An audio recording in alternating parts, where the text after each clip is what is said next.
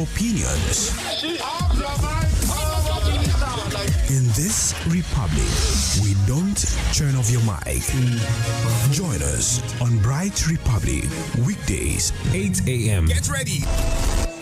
I am here since 3 days ago. Like corruption can happen at anywhere. Corrupt with petrol. I prevent it with not a lot of corruption with petrol. I see them for hotel, I see them for market. And if you see them, you go know. They say you get them, then they embalm themselves, but me, I never go to that place before. Let's discuss the headlines and politics. Going by the Senate Standing Orders of 2011 as amended, which is the genuine and authentic because it has never. I need protection. Will you shut up? Get involved. Air your opinions. In this republic, we don't turn off your mic. Join us on Bright Republic, weekdays, 8 a.m. Get ready. I am here since 3 days ago. Like corruption can happen at anywhere. Corrupt with petrol. I prevent it with not a lot of corruption with petrol. I see them for hotel, I see them for market. And if you see them, you go know. They say you get them, then they embalm themselves, but me, I never go to that place before. Let's discuss the headlines and politics. Going by the Senate Standing Orders of 2011 as amended, which is the genuine and authentic because it has never. I need protection. Will you shut up? Get involved. Air your opinions. In this republic, we don't turn off your mic. Join us on Bright Republic, weekdays, 8 a.m. Get ready. I am here since 3 days ago. Like corruption can happen at anywhere. Corrupt with petrol. I prevent it with not a lot of corruption with petrol. I see them for hotel, I see them for market. And if you see them, you go know. They say you get them, then they embalm themselves, but me, I never go to that place before. Let's discuss the headlines and politics. Going by the Senate Standing Orders of 2011 as amended, which is the genuine and authentic because it has never. I need protection. Will you shut up? Get involved. Air your opinions. In this republic, we don't turn off your mic. Join us on Bright Republic, weekdays, 8 a.m. Get ready. I am here since 3 days ago. Like corruption.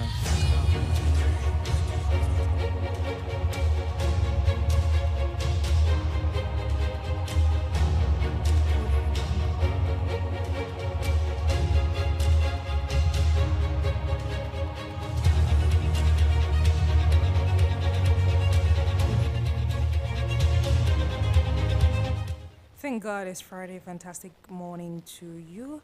Welcome to the Friday edition of Bright Republic on Bright FM 98.7 Abuja. How is your morning going? It's about the time again of the mornings where we discuss national issues, social issues, things that are basically happening in our nation, Nigeria. And we implore you to be part of the conversation by joining in. You can either call us or send us a text message. The number to call is 0808-704-1217. That is our call line, and send us a text message. Our WhatsApp is 0901-615-0614. First off, we're going to run through all of the headlines that we have for you this morning, and then we begin to take all of the stories one at a time like we usually do. Now, we're going to begin with this story right here on Punch newspaper, as marketers worry as 5-month fuel imports hit 6 trillion naira. Marketers worry as 5-month fuel imports hit 6 trillion naira, and the story is on Punch, a newspaper. Now let's move forward to The Nation. alleged 138 million naira fraud. EFCC quiz ex-minister Kennedy Ohaneye. Alleged 138 million naira fraud. EFCC quiz ex-minister Kennedy Ohaneye, and this one is on the Nation newspaper this morning. Moving forward, still on the Nation, alleged 80.2 billion naira fraud. Yahaya Bello not involved in operation of Kogi government house's account. EFCC's witness on this one, alleged 80.2 billion naira fraud. Yahaya Bello are not involved in operation of Kogi government house's account. This one is coming from EFCC's witness, and the story is on the Nation newspaper this morning. Now moving forward to Daily Post. Senate suspends Senator Natasha Akpoti over sexual harassment allegation without pay. Senate suspends Senator Natasha Akpoti over sexual harassment allegation without pay, and the story is on Daily Post. Now moving forward to Punch. VC decries low budget allocation for education. VC decries low budget allocation for education, and the story is on Punch newspaper. Now moving forward, still on Punch. Unizik apologizes to staff, laments salary deductions. Unizik apologizes as staff laments salary deductions. The story is on Punch News. We're now still on Punch. DHQ questions credibility of Global Terrorism Index. DHQ questions credibility of Global Terrorism Index, and the story is on Punch newspaper. Now moving forward to The Nation. TCN decries rampant vandalism on infrastructure. TCN decries rampant vandalism on infrastructure, and the story is on The Nation newspaper this morning. Now that's all of the headlines that we have for you. As usual, when we come back, we're going to begin to take them one at a time. We encourage you to be part of the conversation, and like I always say, if you're a constant or a consistent listener of Bright Republic, we would love to hear from you, get to meet you, get to know your takes. So please be sure to be part of the conversation by either sending us a text message or calling us directly. The number to call is 0808 704 1217. That is our call line. All right, be sure to be part of the conversation. Now when we come back, the conversation begins. Please do not touch your radio. Stay with us.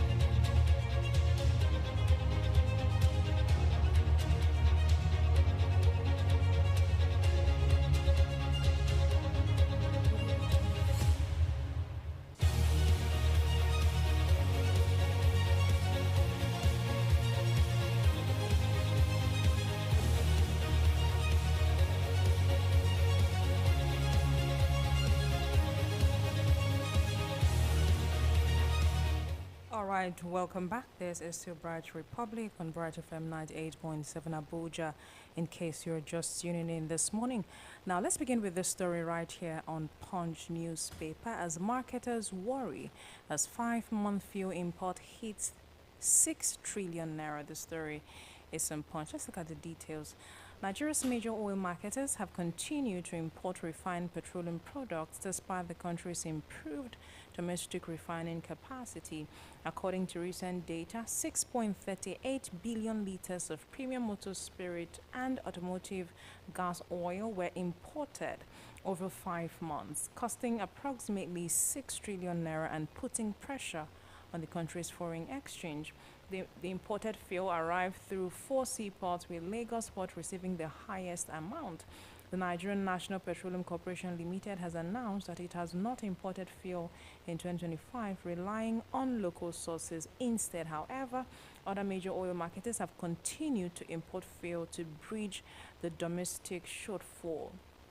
Independent marketers and retailers have kicked against the importation, advocating for local refining and consumption.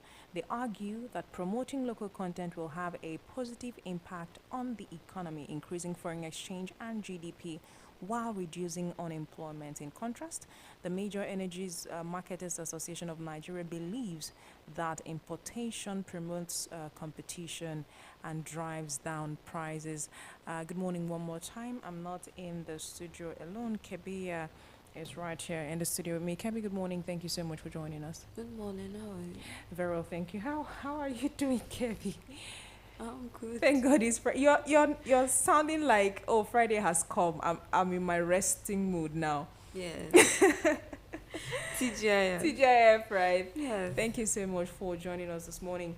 Now we're beginning today's story with a conversation around fuel importation, and we're looking at how that, even with our refineries on board at the time, and even with NNPCL, not importing fuel in 2025, there are several other marketers who have continued to import fuel to bridge domestic shortfall, and we're seeing how that the importation has hit 6 trillion naira in 5 months. And the question still remains, why are we still heavily importing fuel if, we have our refineries here. Now, that's what we've been praying for, right? Also because it's going to help us refine our own crude oil and drive down prices, right? So we are supposed to be patronizing and consuming our product. You see, it's that thing that we keep talking about. But again, let me hear your takes on this particular story this morning, because even independent marketers and retailers have kicked against importation. They're advocating for local refining and consumption, and that's basically what everybody is also kicking against at the point. Importation, we need to be able to learn to consume what we produce, and stop looking outside. Looking at how much is also going to impact our economy, and drive down prices. We've been talking about this for a bit, and even when we talk about competition, that's why Dangote is on board now. Port Harcourt Refinery is on board now. Warri is on board. We're looking at Kaduna also coming on board. So if all of these refineries are going to come on board and we're still importing, the question is, so why do we even stress about the refineries in the first place? Since we keep importing and importing, But let me hear your take on this one, Kevin. Well, I'm not surprised, because I knew that even if we come up with our own refineries, we're still going to import, because we have this, mentality of not using our own made in Nigeria product. And come to even think of it, the initial plan we had with creating our own refineries was to stop importing, and up to now I'm still wondering, why are we still importing when we made sure that if we're going to open those refineries, we're going to stop it? That is because we are not fully ready to really use our own refineries. Because if you look at it, if we are, by now we're supposed to stop all importation and make sure that every fuel that is being used in Nigeria is from us. But because we're not fully ready, the capacity that we are using is not covering the entire Nigeria. And looking at the pricing again, the prices of fuel and everything, you see some stations complaining that, it's expensive to get from here, it's expensive to get from there. Remember NNPC battling with prices, and it's because Dangote is actually bringing down their own prices. That's why you see that NNPC too is trying to be in that competitive market. Otherwise, if Dangote never thought of bringing, NNPC will never also have the idea too of bringing down their own. So the reason is because of also pricing. When they see that, remember there was a news we took here that they said they have a place that they can import that is actually cheaper. So you see, if they still have another country that is actually they are importing from that is actually cheaper than that of our refineries or Dangote, they are still going to go for it. So if we can actually make sure that we reduce the prices of our fuel and also work on the quantity we supply, then you see that we're going to go back to fully depending on the fuel that we produce here in Nigeria. Now, the Major Energies Marketers Association of Nigeria, they believe that importation promotes competition and drives down prices. That's like the only reason I'm seeing here, that they are giving for importing. And if you check it, you would also see that our refineries are also in their growth stages, in their growing stages. I mean, you just pointed that out at the time, but it doesn't still remove the fact that with what we have at the time, there's starting to be competition, on ground, and talking about driving down prices. I mean, part of the issues that we had earlier is that we have the crude oil, then we export the crude oil to be refined outside the shores of our country and then import our crude oil back. And we've been saying that if we're able to refine our crude oil even as we produce it here, I mean, it's going to cut down a lot of costs. So I still don't understand, how importation, is going to drive down prices in the words of the Major Energies Marketers Association of Nigeria. The issue around driving down price is something that is really important to Nigerians as far as it concerns energy, fuel price, diesel, and what have you, because we have talked about time and time again how it impacts every other sector. So if they're going to continue to import in the trillions of their nairas and it's still going to keep impacting our economy in one way or the other, I think the stakeholders need to step in at this point and begin to look at it, because even independent marketers and retailers have kicked against importation. So if independent marketers and retailers are kicking against importation, and NNPCL, has also told us that since 2025 they've not imported fuel, I think that this major energy marketers would need to take a cue from it. We're looking at being a country that produces and exports. The only thing that I know that we export majorly now is our crude. We're looking at being able to sell a lot of other things to other countries. But if we don't appreciate some of the things that we produce and even be the first consumers, be the first buyers, how are we sure that other countries are going to patronize us? You don't trust the things that you produce in your country. You don't patronize it. Is it now other people that would? Igbo people will say that you beautify your house before you go outside. There's a way it's said in Igbo, but that's more like a translation in English. It's from the house you begin to beautify things before you go outside. Do you understand the point I'm trying to make? So we have to begin to have that mindset of producing quality things, because that's also another reason why it's as if Nigerians don't trust the things that they produce. Being able to produce quality things and then have that mindset of trusting our products and patronizing our products. I don't know if you get the point I'm trying to make, because now if we begin to massively patronize our products, just like these people talked about, as much as it's going to positively impact both our economy, as much as it's going to also increase the foreign exchange and the GDP, we're looking at it reducing unemployment, because a lot of hands will now be needed on board, which would now give our young people, our youth in Nigeria, employment opportunities and all of that. But if you keep looking outside, the progress that we're looking to make, we're not going to be making it. If all of these refineries are going to be coming on board and you're still looking out to purchase PMS, I sincerely don't think is a good one. They need to, 6 trillion naira, it should have be part of the money that's circulating in our own economy. I don't know if you get the point I'm trying to make. Instead of taking it outside, 6 trillion naira is a lot of money, And we've been using this to import oil for over 5 months now. And just like they pointed out, it's putting pressure on the country's foreign exchange. And we need to do better. The competition that you're talking about, we're already beginning to have it, inward.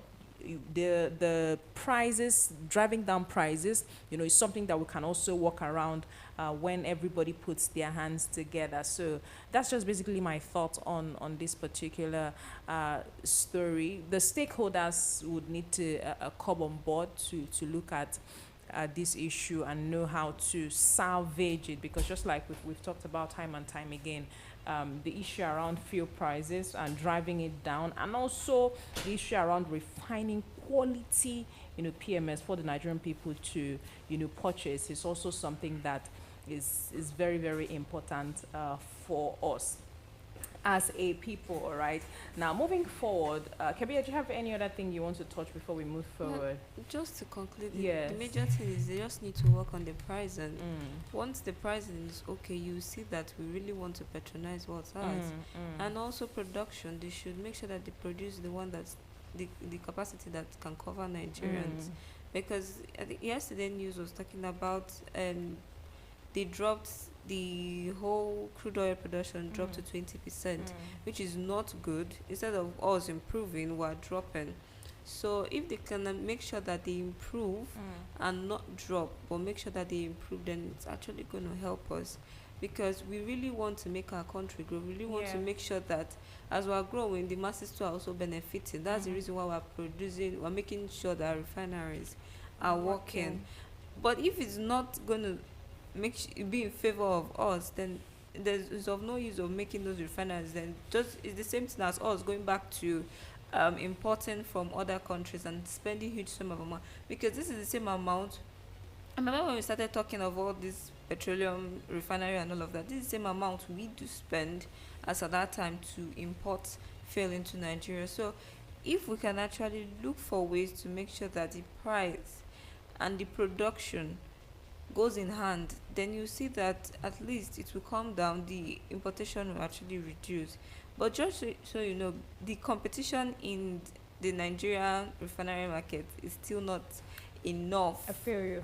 100%. Yes, it's not enough. That is why even if they get one cheaper, because they made that statement that there are other places that they can import for that are cheaper, that are not substantive. So if they can actually still make sure that the price is actually less and the competition is high, then you see that we can actually go back to fully using our own fuel in Nigeria. Thank you so much, Kabia. While we were having a conversation, Barrister walks into the studio. Barrister Phillips, good to see you. Long time. happy New Year. Happy New Year. Thank God it's Happy New thank God Year. it's Friday. Good morning, Barrister Phillips. Thank you for joining us. Good morning. Yes. Now let's move forward to the story right here on the Nation newspaper this morning. Alleged 138 million naira fraud. EFCC quizzes ex-minister Kennedy Ohaneye, and this one is on the Nation this morning. Now, moving forward, the Economic and Financial Crimes Commission has interrogated a former Minister of Women Affairs, Uju Kennedy Ohaneye, over her alleged involvement in the misappropriation of 138,413,253 naira 89 kobo. Now, the former Minister of Women Affairs, who was dropped by President Bola Ahmed Tinubu last year, allegedly violated procurement processes and diverted public funds meant for the ministry's 2023 budget. She arrived at the EFCC headquarters in Abuja around 11 a.m. and was still being questioned at press time. Now, investigations by the EFCC revealed that funds donated for the PBAT Cares for Women initiative were diverted for Ohaneye's personal enrichment.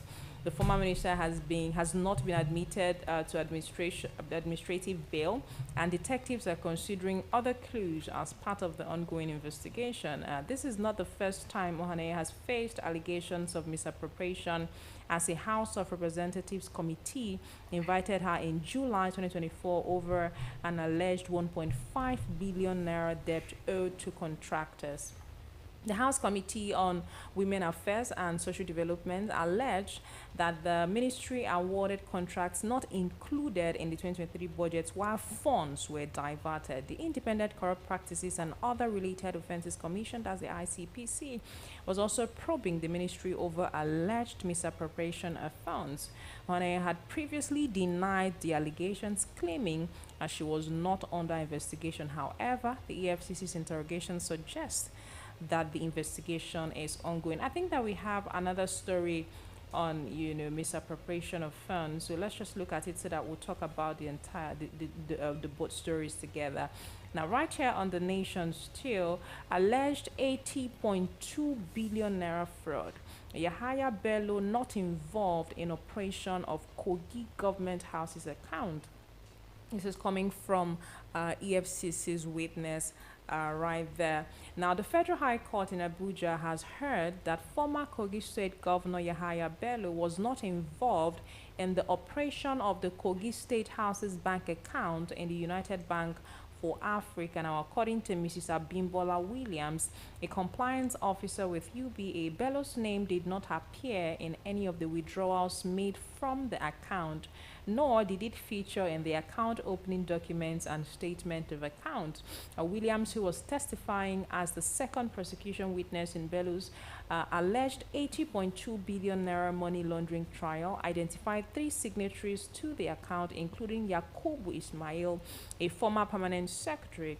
Now, she clarified that she was not the accounts officer in charge of the Kogi government house account, and that the account is domiciled in Lokoja, Kogi State, not in Abuja, where she works. The prosecution also presented another witness, Nicholas, from the American International School, who testified that Bello had an agreement with the school to pay upfront school fees for his 5 children. Now, documents relating to Bello's children's studentship, including admission letters and fees payment receipts, were tendered as evidence in court. Now, the trial continues today. 2 conversations bordering around alleged funds diversion or misappropriation of funds, whichever language that we want to use this morning. One is 38 million naira, and this is for the former Minister of Women Affairs, Uju Kennedy, and then the other one is, the issue that we have been talking about, since we're looking at the 80.2 billion naira fraud, regarding the former governor of Kogi State, Yahaya Bello. Now, for the ex-minister, the issue just came on board. The EFCC has started quizzing her and, probing her. I don't know. It was when the President Bola Tinubu administration came on board that, she stepped down. And we're also hearing that there was a PBAT cares donation that was supposed to go for women initiative that was also diverted. Now, she's facing allegations of misappropriation of funds, and from the story also, we're hearing that this is not the first time, that sometime in July 2024, over 1.5 billion naira debt, was owed to contractors, and this is also money that, was diverted. I don't know. Let's get your takes on both conversations. For Bello now, we're hearing that, he was not a signatory to the account, while we're hearing from another witness also, testifying that there was an agreement for the school fees of his children, the 5 months upfront, and then there's also documentation and all of that. This story is bordering around what's that thing called again? Diversion of funds, allegedly, misappropriation of funds in its billions and its trillions, most times Nigerian people's money. And most times after all of the back and forth, we don't get any tangible explanation. It's really tiring. But these are the two cases that are on board, at the time. And Barrister, I think we'll start from you. It's been a while since we heard your voice. Let's begin with you. Thank you. The truth is that is it proper to comment on matters that are in court already? Please. For example, that of Yabelo is in court. So we're that waiting. is why we don't encourage. Personally, I don't encourage media trial in this country. People go to so many of things in the media and all of that. Court has its own processes. Yeah. Witnesses can come and say things in support or against whoever it is. But I will love not to say anything on that. Yes. Because of my own background. The matter is in court. And as such, let's follow it judicially to see where it ends before we can begin to talk about it. But then, for that of Madam Uju,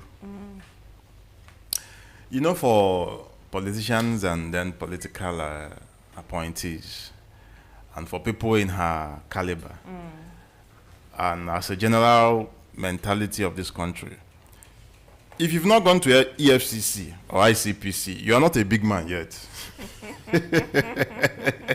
Or you are not a big woman yet. So it's a normal thing. So once you occupy public office, you're meant to be, you should have a case file in the FCC or ICPC or any of the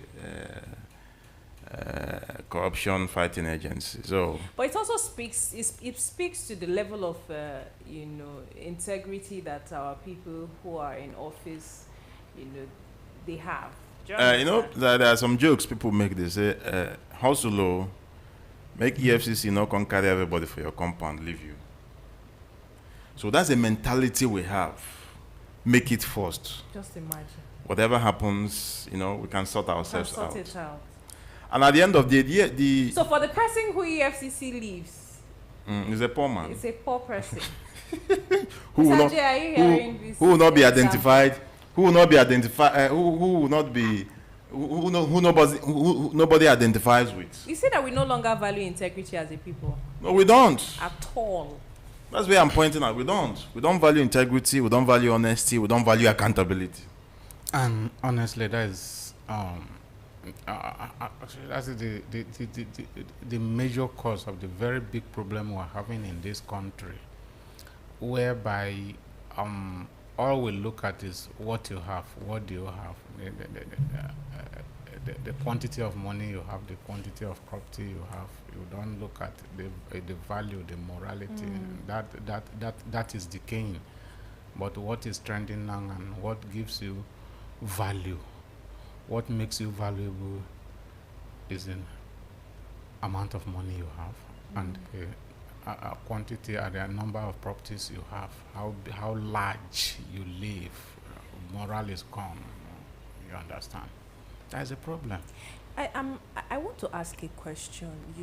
Our public office holders. Sometimes I want to ask, what gives them the audacity to allegedly divert huge amounts of money, and they feel like nobody is going to hold them accountable. They are going to go scot-free, They are like, at the point where I'm serving, let me take as much as I can, and then every other thing happens later. I really need to understand, because these are public funds, for crying out loud, and they are meant for something.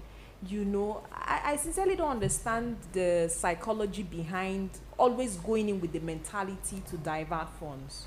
The truth is, there's this adage in my language that says, if there's a running water, a clean running water, let's say stream water and all of you, and you stain it from the source of the water, the whole water gets stained and all that.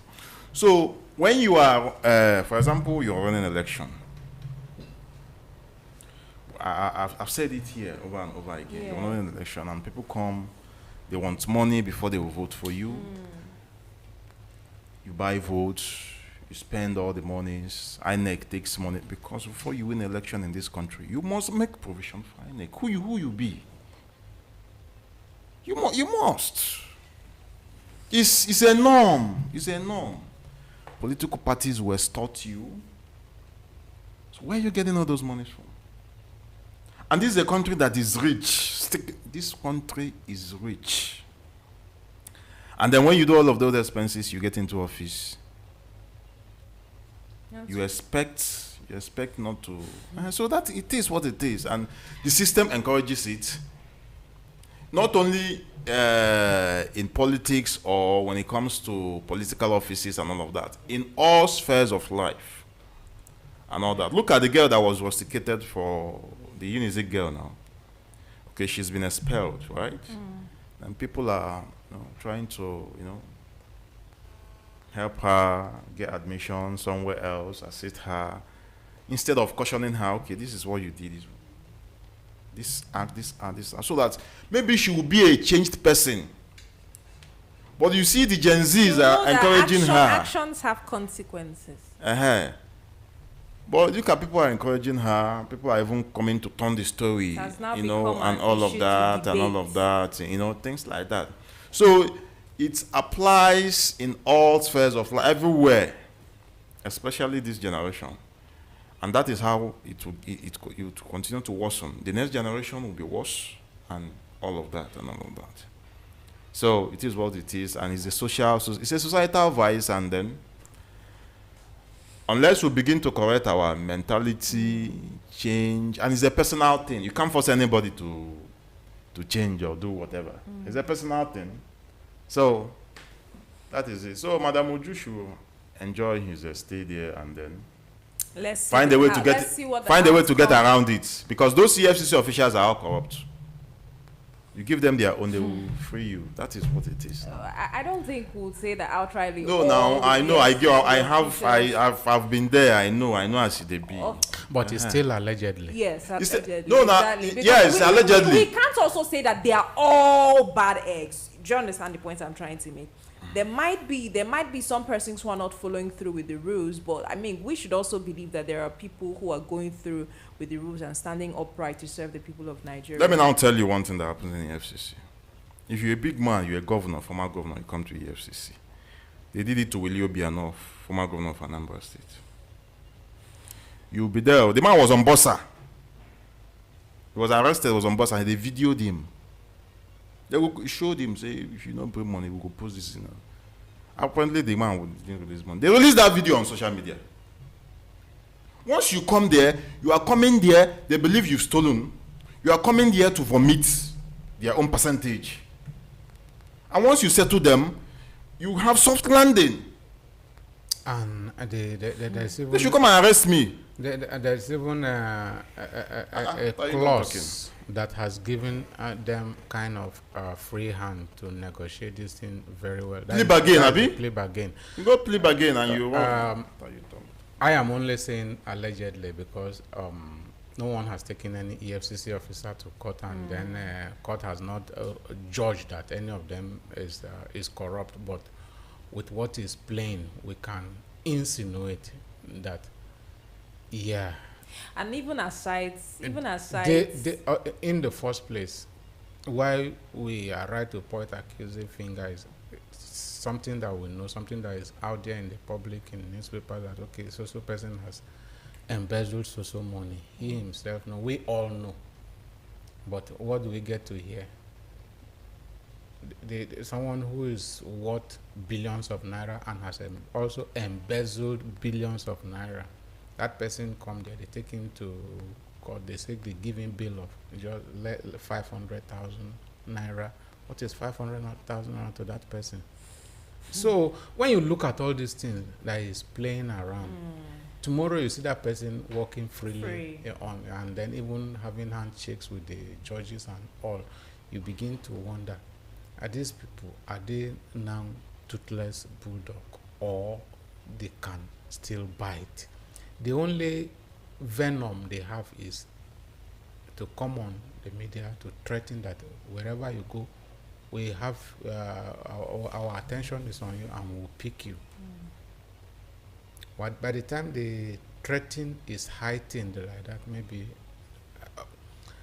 On the other thought, I begin to think, are they dishing out this threat in order to increase their negotiating power? Because I don't get to understand. And this is an institution that is or that should be independent. Yes. Whoever you are in the society, whatever position you are holding. Regardless of the party. Regardless, that's why I said whatever position. There's nothing like independent in the Nigerian system. So that is a problem. Judiciary is being messed up. Politicians, they will politicize everything, and everybody needs money. And if we lose hope in our anti-graft agencies, then how are we going to quell corruption? No, the truth is not. It's not if we lose hope. The hope is lost. The only hope you have is go there, make your money. No, EFCC's or ICPC's percentage. Keep it for them. When they come for you, open your case file. You give them their own. You have a soft landing and you move. And this is a very sad reality, and we're looking at how we need to even build back the trust of Nigerian people, so that we begin to trust the system again. And you see, it's that thing that we used to always talk about, Mr. J, making systems work. And how that the persons who are supposed to represent us there and hold government accountable. We give those examples here, and we say that the pepper seller on the street is not the person that would hold government accountable. Because most times when we come out and say, the people are not holding government, no, we have representatives. We have representatives. People are there who are supposed to hold government accountable on our behalf. They are the ones speaking for us on every level. So if these people cannot hold government accountable, there is little or nothing that we can do. That's the way we've so bastardize the system. Do you understand the point I'm trying to make? That if for you to when you come there, you just have to belong. You understand? No, the truth is that this all have to belong. Boils down to, if I have a representative, let's say in National Assembly or in Senate, and I collected money from him to vote for him, then tomorrow I will expect him to speak for me or to hold government accountable and not collect the money. Collect the money I collected from him or make profit out of it. So we are all part of this thing. Of us. We are all part of it. Yeah, I think it's so Mr. we shouldn't Abdallah sit back and complain. Yeah, it's Mr. Abdallah that would say that the average Nigerian person, has this corrupt mindset somewhere in their mind. Look at what is happening with the Senator Akpoti's case, Senator Akpoti and our Senate President. People are outside protesting and they don't even know why they are there. And you're seeing that if you check it very well, you see that let's also say allegedly somebody has collected money somewhere. Because why will you come out to protest under the sun and you don't know why you are there? It's just because there's something coming to you. See, do you understand the only successful protests you see are hired crowd. The legitimate ones, they don't always get through. That's just the bottom line there. This it's is only really hired sad. crowd that they know the end point. Those are the ones you see. Oh my God, I was watching those people protesting. I'm like, what is going on with all you of us? weep for your country. Somebody was saying on Twitter that these people are just making Nigeria look like a joke. But let's just open up the phone lines at this time and see if we can hear from our people regarding the issues that we've raised. We've touched Yahaya Bello. He's in court already, and just like Barrister said, we'll allow the court to do their bidding, and then afterwards we'll have a thing or two to say. We've looked at the ex-minister of the former Minister of Women Affairs, also allegedly misappropriating 138 million naira, and then marketers who are worrying about the importation of fuel worth 6 trillion naira. Let's hear from our people. Hello, good morning. Hello, good morning. Good morning, Mr. Abdallah. Good morning to you. Barrister Philip, you are welcome back. Good morning. Good morning, sir. Kevin. Good morning, sir.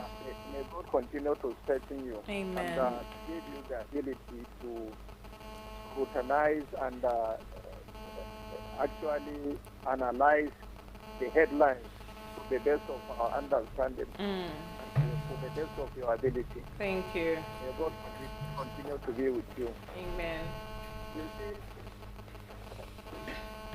importation, some other clients too at the international, other part of the globe, some of them you discover that they have fuel in their own nation and still they import, like America.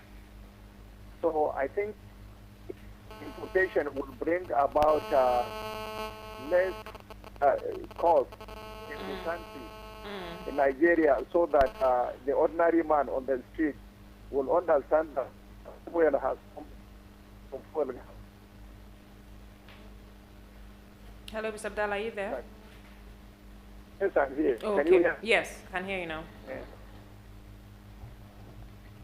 Hello? To low transportation costs that will affect the masses directly, I think it is a good one, because at international level, like America, have fuel, but still they import.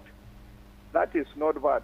But pertaining to the accusation that has been leveled to the former Minister of Humanitarian Affairs. Women Affairs. I think, yes, I think is this Women Affairs or Humanitarian? Former Minister of Women Affairs. Okay, former Minister of Women Affairs. Well, it is an abnormal thing in a normal way now. So most of these people at the helm of affairs, it is only very few of them that they will hold an office, and then later on when they leave the office or retire, then you will discover that their hands are undented or have little stain on it. So it is not a news anymore. Then pertaining to the former governor of Kogi State, Yahaya Bello, I think the barrister has already summed it up. So we are not lawyers. So and there is what you people say as professionals, that ignorance of the law is not an excuse. But let us just touch one part, that it is said that the prosecution witness has testified before the court that this 800,000 or 800 something million naira that was before attributed, or Yahaya Bello was alleged to have siphoned, that he has no connection to it. It is only about 3 people. And the account is domiciled in Lokoja, not Abuja. So let us leave the court to do its best. But you know, there is an iota of truth in what it is said that one international school that collected money directly from Yahaya Bello, and the negotiation was done directly with him, which tendered its own exhibit or evidence. That one, let us just continue to wait. I know there are so many cases of that nature. And one of you just brought about the issue of Natasha too.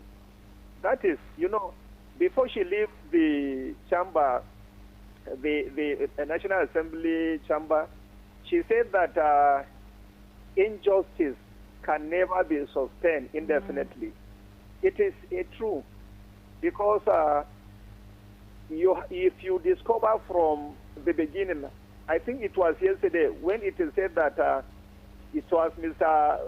Akwabion that presided over the meeting that brought about the setting up of that committee to investigate the matter. I say there is nothing that will come out, because majority of them, maybe promises were made, and a judge cannot preside over his own case. What do you want him to say? Is it not to exonerate himself from all the accusation and allegation leveled against him or her? So that is what plays out. But the issue is that 6 months, I think, is too much for the issue that nobody has set up an independent panel of inquiry to actually investigate what is actually happening or what transpired between the Senate President and Senator Natasha. You see, it is a way of trying to say that close your mouth. Whatever you see, don't say anything. Whatever you hear, just pretend that you didn't hear it. But I know God will not allow the country to be bastardized any longer. And it is also a lesson to the President of the Senate to be careful so that if he is found of doing those type of things, he should guard his own self and also belt off his trouser very well so that that type of shameless or shameful thing should not happen to the people or integrity and reputation of Nigeria and Nigerian people. Because it was said that one woman had even slapped him when he was with NDDC. So, and if you look at it, if you are going to Google these type of problems that happened to him, I think they are up to around 7 or more than that. But whatever it is, let us just focus on this one. But for them to say Natasha should not in any way maybe claim that she is a member of National Assembly or she is a senator, they don't have right because they are not the people that elected her into power. It is her people, and she is representing her people. Whether she is out of a chamber for the period of 6 months or not, she is an elected senator of Kogi Central constituency. So, Natasha, you still have time as a lawyer. You know the limit that you can get to, whether you have to appeal or you have to go to International Court of Justice, you are still free. Whatever it is, we know that God Almighty will actually vindicate you and will actually, in fact, shame those who don't want justice to prevail in Nigeria. Thank you. God bless Nigeria and God bless Nigerian people. Have a wonderful conversation. Thank you. Thank you so much, Ms. Abdallah, for your contribution right there. Now, in case you want to be part of the conversation, the number is still 0808-704-1217. That is our call line. To send us a text message, 0901-615-0614. The issue around Senator Natasha and the Senate President himself is also in court. Am I right? It's also in court. Yeah. I think part of it is in court. The one on defamation, from what Senator Natasha said, and we also heard that the one on the sexual assault matter is also in court. Hello, good morning.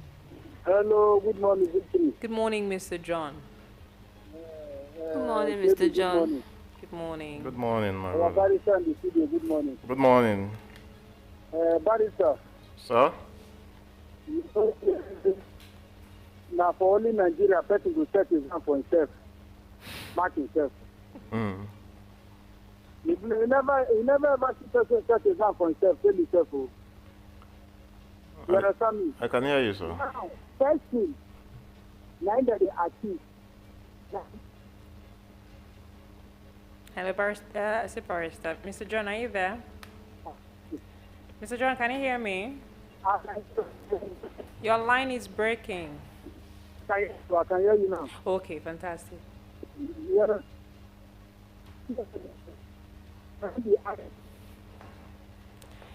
Mr. John, I think you have to call us back. The line is seriously breaking, so we're finding it difficult to hear your thoughts this morning. Do also call back 0808-704-1217. That is our call line, 0808-704-1217. You can call in to share your thoughts on either of the matters that we've raised this morning. Hello, good morning.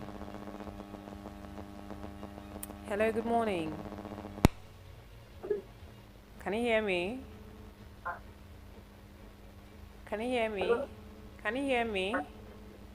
I can hear you. Okay, okay. Yes. I said in a civilized country, yes, Akpad is supposed to step down. Not resign. Step down, take your place. If you are clean, you go back to your office. If Natasha is guilty, she face the law. She face the law. You understand me? I have that number. In France, when some people want to say, it's breaking again. It's breaking again. We can't even hear anything again. Mr. John, are you there? Hello? I'm with you. Okay. I'm with you. Okay. You understand? Yes. So the idea of the police needs to...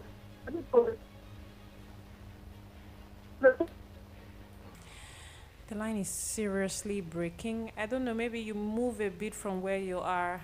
See, that's the network that we've been talking about.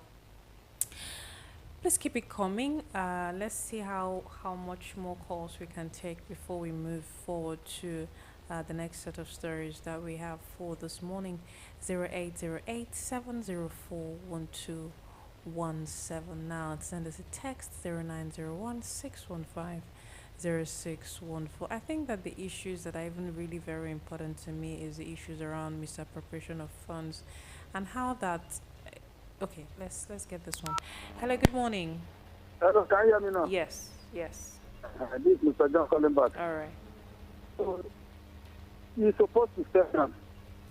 You understand me? And our judges, our lawyers, sorry, Obarisa. I'm with you. Now, una need to see the help. You understand me? Una need to see the help. Because not the person go embezzle 10 naira. They go say they pay 3 naira. Say they are joined the case. And that is something now. Tomorrow, you go see say you go to protest. Hello? Hello? Yes, I can hear you. Oh. I don't know. The network is really bad. I don't know if it's from your own end because Mr. Abdallah's call finally went through. But again, keep the calls coming in 0808-704-1217. That is our call line in case you want to, join in the conversation this morning. In case you're just tuning in, this is Bright Republic on Bright FM 98.7, and we're looking through the headlines that we have for today. I just even wanted to point out that part of the issues that I even feel Nigerians need to really talk about is the issue around misappropriation of funds and how we can make things better, or suggestions about it, because the audacity at which some people in public offices misappropriate funds and divert funds or whatever name that is given to stealing is really terrible, and how that most times we don't even get to see the end of all of these cases. I even think that that's where the audacity is coming from, because when you see that someone did it and went scot-free, you'd say, okay, no, let me try and see how it goes for me. And it's really very bad, because we've pointed out how that we're a rich country, we're a country flowing with milk and honey, so much resources, and every other time we keep borrowing for what? For people to embezzle, for people to divert, for people to misappropriate. Is that the kind of country we want to continue to be? This is 2025. We should look for ways to bring about change as a people. Hello, good morning. Yeah, good morning, madam. Good morning. Please turn down the volume of your radio. Yes, I've turned down. Fantastic. Your name and where you're calling from. Barrister, good morning. Good morning, my brother. Good morning. Your name and where you're calling from. My name is Adepoju from Dede. Mr. Adepoju from Dede. Please go ahead. Yes. Please, what I don't understand is that the Senate... I can't hear you. What did you say? I said, please, is that any punishment for the Senate President? This is the President Natasha for 6 months. You're asking. You're asking I'm if just there's. asking. I'm asking, Barrister, please. Is it any punishment for the Senate President for what he did? That's not It just has my not been thing, sir. proven Please. yet. Barrister, he's asking you if there's any punishment for the Senate President, but nothing has been proven yet. Nothing has been proven. The matters are in court. Yes, nothing has been proven yet. Natasha is still in court. And also advise her to also go to court on her suspension. It's only when it's only when matters are decided in court that we know where we'll go to go from there. Exactly. I think that's the answer. Okay, thank you, Barrister. Have a good day. Okay. Thank you. Thank you so much, Mr. Adepoju from Dede. I think that's the clarification that he needed. These cases are still alleged, right, Barrister? Nothing has been proven yet, and that's why we're saying, can an independent body come on board? So that it will be very transparent, just like the former Senate President, mentioned. So that's basically what we're looking at. So when anything is now proven, we'll now look at how to move from there. But as it stands now, nothing has been proven. The senator, the female senator, that's Senator Akpoti, has been suspended without pay. The issues will still be unfolding. Let's see where it takes us, all right? Hello, good morning. Hello, good morning. Good morning. Good morning. Yeah, this is Mr. Sunday calling. Mr. Sunday, good to hear from you. Thank you. Yes, please go ahead. Hello, Mr. Sunday, are you there? This very present Senate under the leadership of Fabio. We'll be hearing of suspension, which has not been like that before. So I don't know if they are trying to gag the National Assembly, that's also the Senate, so nobody can speak out or possible tell her views. Because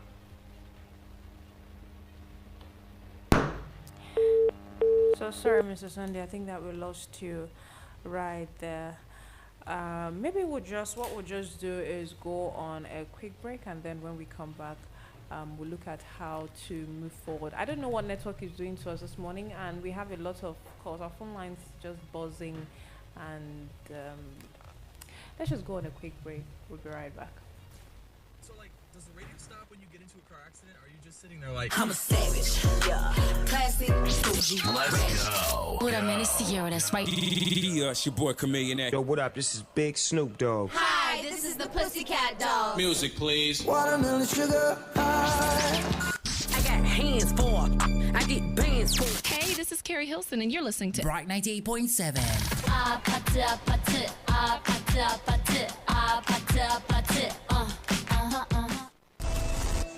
I am here since 3 days ago. Like corruption can happen at anywhere. Corrupt with petrol. I prepare it with not a lot of corruption with petrol. I dey see them for hotel, I dey see them for market. And if you see them, you go know. They say you get where them, then they embalm themselves, but me, I never go to that kind of place before. Let's discuss the headlines and politics. Going by the Senate Standing Orders of 2011 as amended, which is the genuine and authentic because it has never. And it protects. Will you shut up? Get involved. Air your opinions. In this republic, we don't turn off your mic. Join us on Bright Republic, weekdays, 8 a.m. Get ready. I am here since 3 days ago. Like corruption can happen at anywhere. Corrupt with petrol. I prepare it with not a lot of corruption with petrol. I dey see them for hotel, I dey see them for market. And if you see them, you go know. They say you get where them, then they embalm themselves, but me, I never go to that kind of place before. Let's discuss the headlines and politics. Going by the Senate Standing Orders of 2011 as amended, which is the genuine and authentic because it has never. And it protects. Will you shut up? Get involved. Air your opinions. In this republic, we don't turn off your mic. Join us on Bright Republic, weekdays, 8 a.m. Get ready. I am here since 3 days ago. Like corruption can happen at anywhere. Corrupt with petrol. I prevent it with not a lot of corruption with petrol. I dey see them for hotel, I dey see them for market. And if you see them, you go know. They say you get where them then they embalm themselves, but me I never go to that kind of place before. Let's discuss the headlines and politics. Going by the Senate Standing Orders of 2011 as amended, which is the genuine and authentic because it has never. And it protects. Will you shut up? Get involved. Air your opinions. In this republic, we don't turn off your mic. Join us on Bright Republic, weekdays, 8 a.m. Get ready.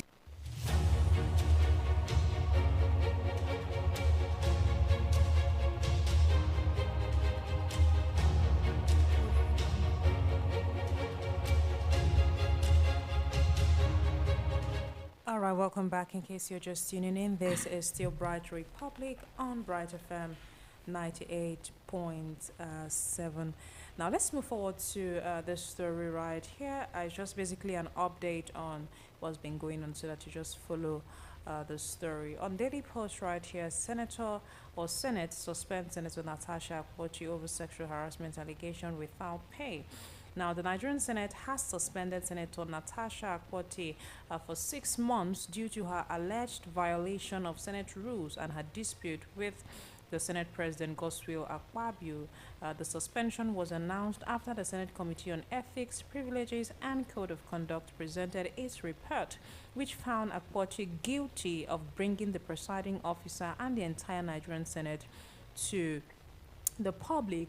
Now, the report was based on an investigation into allegations against Akpoti, which included refusing a seat assigned to her and engaging in a shouting match. Now, during the Senate session, some lawmakers attempted to reduce the suspension period to 3 months, but the majority voted to uphold the 6-month sanction. However, the Senate ruled that the suspension could be lifted or reduced if Akpoti submits a written apology. Now, as part of the suspension, Akpoti will surrender all National Assembly properties, her security details will be withdrawn, and her office will be sealed. The suspension has sparked reactions from lawmakers, with some expressing concern over Akpoti's conduct and others pleading for mercy. Senate President Akpabio noted that Akpoti is the wife of his close friend and brother, but emphasized the importance of upholding the Senate's rules and regulations. The suspension marks a significant development in the ongoing tension within the Senate. So this is more like a development in the story. It's been happening for some time now, and Nigerians have been following this issue bordering around Senator Akpabio and Senator Akpoti, and because we were waiting for the Senate Committee on Ethics, Privileges and Code of Conduct, and this is their take now. The senator has been suspended. Maybe we'll just touch it a bit before we move forward. Kabia, please. This is like the update. Well, the whole issue that is happening, just like what me and Barrister were discussing about before we came back on air, it's better that this suspension happened because of the tension that's actually happening in the House. So it's actually good that at least let the House be peaceful while they are solving the whole issue. But I don't want to say much about it because, just like I said earlier yesterday, I don't want to talk much on it because it's still alleged and the case is still in court and they are still trying to. This one is bringing his own opinion, and this one, I don't want to bring in my own opinion. I don't want to bias about it. I just want let the court decide, or whatever judgment they want to do. I just want let me just see at the end of the day. Let me see the result of everything. So I'm not saying much. Barrister, please. We've not heard your take on this story since it started. That's because we've not been seeing you. So let's just get your general take on the entire matter. Well, just as I said, well, I feel that the situation should have been managed better. You know, I'm not making any allegation against anybody, but come on, these are two adults, all right? Whatever it is, we should have managed it better. And then I understand the take of Natasha. Every woman want to say, but then I feel that should have managed it, the whole thing, better, given Nigeria and what it is, and how we operate here. But it has happened. It has happened. My only advice to her is she can go to court on this suspension, because I heard the defamation matter is in court. The one for sexual harassment is in court. She can also take this suspension into court, so that maybe court will overrule the suspension of this by Senate and all of that. But one will have to be careful on it. I wouldn't want to say much about it, but I feel she would have managed the whole situation better. There are other ways she would have handled it, and it wouldn't have gotten to this point. So, I'm not saying she's lying, no. Neither am I saying that she's the truth. I don't even think it's for us to see. We'll so wait for the outcome and let's see what it's going to look like. Now, moving forward to Punch, VC decries low budget allocation for education. The story is on Punch. The Vice Chancellor of the University of Medical Sciences, Ondo State, Professor Fatisi, has expressed concern over the inadequate budgetary allocation to education in Nigeria. Now, speaking at the 11th Distinguished Lecture of UNIMED, Fatisi warned that underfunding is crippling the country's higher institutions and hampering their role in national development. He noted that universities are struggling to survive due to poor funding, making them vulnerable to undue influence from wealthy individuals. Renowned journalist Martin Soloja, who delivered the lecture, also decried the government's poor funding of education. He emphasized that restoring the lost glory of Nigeria's higher institution requires a holistic approach, including educating educators, improving their working environments and condition, and providing a conducive learning environment. Oloja warned that Nigeria cannot benefit from the emerging global economy with its current poor education system. He advocated for merit-based university admission, curriculum reforms, and granting universities autonomy to explore private sector partnership. Now, to improve the standard of education and enhance global competitiveness, Oloja stressed the need for functional libraries, laboratories, and modern instructional technologies. He also emphasized the importance of teacher motivation and a conducive learning environment. The Nigerian government's allocation of only 7% of its budget to education in 2025 has been criticized for being insufficient to address the country's educational challenges. Now, this is not the first time that we're raising our voices regarding our education system and, the budget allocations, the poor funding, what have you, the dilapidated state of our tertiary institutions and even our secondary schools, basic education, and what have you. But this conversation now is regarding our tertiary institution, and we're looking at how what poor funding is doing to our education system. Where, in fact, I think we also have a story this morning of Unizik apologizing because staff now are lamenting salary deductions. Do you understand the point I'm trying to make? It's a story that we also have right here. So talking about our education system this morning and how that, with the way that, the world is moving at the time, they are also pointing out how that Nigeria cannot benefit from, the emerging global economy because of how our education system is, how poor it is. And they've touched a lot of things that needs to be worked on. I mean, this is no longer news. It's something that we've touched time and time again, and we've given examples with what we're seeing, happening around us. Do you understand? With our government schools, government primary schools, government secondary schools, our tertiary institutions, and what have you. But again, let me get your takes this morning.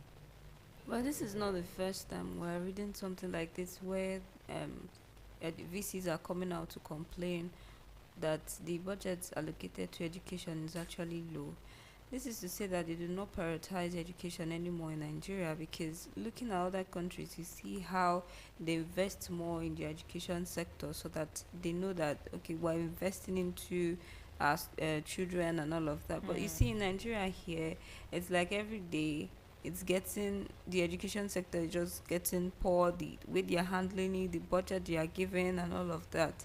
And if they can actually listen to the cries of the people, they'll understand that they really need to start investing back again into the education sector, because it will help us. I mean, to really help us, because other countries are actually advancing and we were still using some outdated facilities and all of that. And if you look at our curriculum, it's not even, it's like we're still lacking behind and all of that. So they really need to look into it and make sure, because these are like the key sectors in Nigeria, and not just Nigeria, globally. They really need to look into it so that they can make sure that wherever we are going to or wherever we stand, we know that yes, Nigeria education sector is moving, not going back. Because there are so many times we've had these conversations where you see that because of the poor facilities or the teachers not being treated well and all of that, you see that they don't invest much knowledge into the students. So they really need to work into it, make sure they increase the budget, and the people that they're increasing it for, make sure it's getting to the right source. Because it's not just by increasing the people, there are some people there that are taking the money secretly, so they need to make sure that the money is actually going to what they're actually investing. The issue around our education sector, were flogged it and flogged it and flogged it.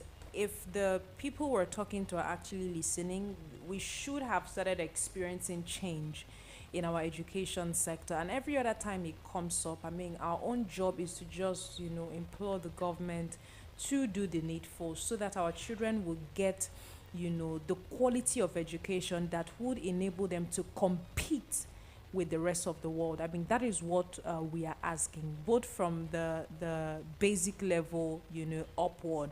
Now, let me touch one more story so that my people would come in. Now, DHQ questions credibility of Global Terrorism Index. The story is on Punch. Kabia, you remember that we took this, Mr. J, we took the story yesterday. The issue around the terrorism index, their data that came out. So now DHQ is questioning the credibility of that data. Now, the defense headquarters has emphasized the importance on relying on reports from the Nigerian military for accurate information on counter-terrorism efforts in the country. Now, according to the Major General, the Director of Defense Media Operations, he said that internal reports provide a more accurate account than those from external sources. Now, this statement was made in response to the 2025 Global Terrorism Index, which ranked Nigeria 6th globally with a score of 7.658, moving up from 8th place in 2023 and 2024. Now, the index also reported 565 terrorism-related deaths in Nigeria in 2024, indicating an increase in fatalities over the past 2 years. Now, Kanye urged the media to verify and correct any misleading narratives about Nigeria's security situation, emphasizing the need for accurate reporting. He also addressed the sit-at-home order in the southeast, attributing it to fear, an IPOB/ESN influence, but reassured that the military is working to restore normalcy and rid the region of terrorist fighters. Now, the 2025 Global Terrorism Index highlighted Nigeria's ranking, with Burkina Faso topping the index with a score of 8.581, followed by Pakistan, Syria, Mali, and Niger. This is issue around data. Even when we talked about this yesterday, we raised questions as when we were discussing the human rights exactly. So now even the defense headquarters are coming out to question the credibility of this particular data, and they have also pointed out how that it's important to rely on reports from the Nigerian military regarding security matters if we want to get accurate information. Mr. J, please. So that's just basically it on this particular issue, and we're just really hoping that moving forward, because all of this back and forth with trying to counter a data, I don't know, it's playing with our minds. Do you understand? Because so who should we trust? That's that thing that Mr. Abdallah would also say, that sometimes when this data comes out, we should be able to trust the sources. Do you understand? These international organizations, because they have their people stationed, they do their findings before they bring out this data. But if we will get most times when data come out like this, some bodies will come and counter it. The question is, what do we now believe? We are in Nigeria, and the best we have a data. We have Nigeria Bureau of Statistics that is the main hub of our data, or whatever comes from there, we must have to believe it. But then, to rely on data from the internal source, for instance, as we are here in this office, how many staff do we have in this office? If we want to be fair, we'll give the right number of staff we have.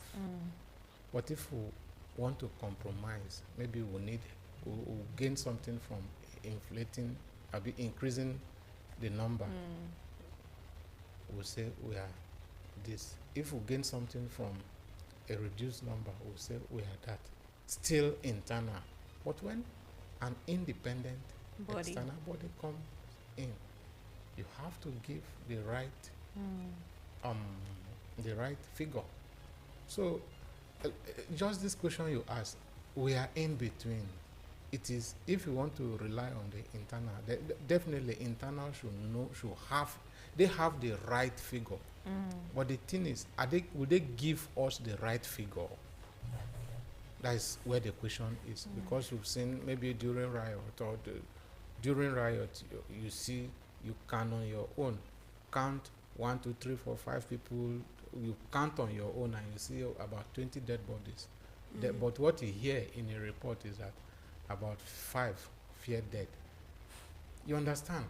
So we give out data based on what we feel it favors us, and that is why it's difficult for us to really know which one to believe. But trust me, if you are in, you know which data is there. You know the right data. But are you giving us the right data? That's where the question lies. Mr. J, it's called hard news and soft news. That's from news editor. It's called hard news and soft news. The reason is because if you give out the whole information, sometimes it's terrible giving out the whole information. So you just have to filter it to make it look less chaotic, so that the people will not be afraid. Imagine with the whole. Okay, let me give you an example now. Like, remember that air bombing. If they had told you the entire people that, you will be afraid. You'll be like, when next will they come again, or which side are they going to face? So they just have to make it a little bit making the news soft. Yes, soft, so that even if you read it or watch it or hear it, at least you still be at ease, knowing fully well that maybe the uniform men are doing their job and the Boko Haram will not extend. So it's like hard news and soft news. So that's why they don't give you the whole information. But now they are coming out with the record. But that does not stop us from fearing the terror for that. The terror that is happening, right? Yeah, we are still scared of terrorism. I know you are scared of terrorism, but giving you the whole full account, it's more scary than Okay, they tend to they will paint it the way that it won't be so terrifying. Yeah. So I think that before we open up our phone lines, what I just really want to point at is that Nigerians have little or no trust for the system right now, across board, and we need to begin to pay attention to building back that trust with our actions, not just by saying mere words and just putting out, publications or press releases and what have you. We need to begin to have, just like Mr. J would always say, systems that work. That's the only way that we can begin to rebuild that trust. It's not even now about hard news or soft news or what have you. It's what are we seeing? How is it impacting us as a people? The people that are supposed to be speaking up for us, who are at the in the front line, what are they doing? Are they producing results? Are the results tangible? Can we see it? And that's why most times when we even read stories that are supposed to excite people, they still doubt it. They doubt it, yeah. No trust. Do you understand? No trust whatsoever. And you don't even blame them, because most times when you now go and, look at the reasons why they are doubting it, you have to understand where they are coming from. I mean, we're going to have to be rounding up very early this morning for technical issues. But again, let's get a call or two before we round off on Bright Republic this morning. 0808-704-1217. That is our call line in case you want to be part of the conversation. Hello, good morning. Hello? Good morning. Can you hear me? Yes, I can. Good morning. Mr. Ruben. Yes. All right, please go ahead. Auntie, good morning. Good morning. Good morning, Mr. Ruben. My regards to others in the station. Yeah. Good morning. Yeah, honestly, I don't know whether we, as a nation, we had a direction. I don't think that we have leaders that has visionary ideas in power. Now, we might have them later. Maybe we might have them before. This report that they are giving us, Auntie Victor, do you know that? Hello? I can hear you. Go ahead. Do you know that there are numerous atrocities going on in Nigeria unreported? Do you know about that? Of course. So this one now, these atrocities going on in Nigeria unreported, who are reporting them? Probably the people that have been affected. There was no journalist to report the matter, or the leaders there don't care. Let me just be sincere. Our leaders, our rulers, honestly, they don't know what they are doing. I don't understand. A nation that have resources, mineral resources, they have fuel, we have everything. We cannot tackle a particular sector bothering us for decades. We are battling with insecurity, we are battling with education sector, we are battling with poverty alleviation programs. Our rulers cannot even tackle a particular sector to convince Nigerians that they are working, like to prove to us that they are there, or to prove to us that they are listening to our plight. I don't know. Is it impossible for a government to tackle a particular sector, to face it holistically, to tackle it so that the people, the masses, who are supposed to feel the impact, will be convinced that their rulers are attending to their needs? We keep on hearing different stories at every day. We keep on the stories keep on rotating. No improvement. I don't understand. Where are we heading? Are we living in a situation that have no direction when we have every resource is available to us? Can we say that our rulers are blind, or that they cannot see, or that they cannot hear? Honestly, this nation, we need to, all of us as leaders, we need to just ask God in prayers what is happening to our nation that He has given us. Who are to blame? Is it the people, the poor masses, suffering in the streets, unemployment increasing, the debt index is increasing, and foreign international people are giving us a report That, you know, Okay, I think that we lost Mr. Ruben right there when he was trying to round up. We can take one more call before we end the program today. So sorry that we cannot stay as much as we usually do because of technical issues that we're trying to fix at the time. 0808-704-1217 in case you want to put a call across before we round off for this morning. But before that, your last takes, please. Kebi, we'll start with you. Okay, Kebi, wait. Hello, good morning. Good morning. Good morning. Your name and where you're calling from? I'm from Dede. Your name is what? Victor. Okay, Mr. Victor from Day Day. Please go ahead. Okay. I think that network is really getting in the way of our conversations this morning, and we have to go. Kebiya, please.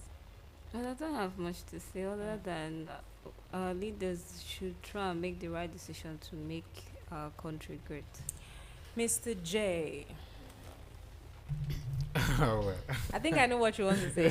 Let's make our systems work. System has to work. Everyone has to do his or her own bit. It's not just solely on our leaders. Even what we are talking, criticizing them when they are doing badly is part of what we should do. Of course. You understand? So yes. Everyone from his or her own quarter should do what he should do. And by so doing, one day our system will work properly and Nigeria will be better for it. Thank you so much. Barrister Phillips, please.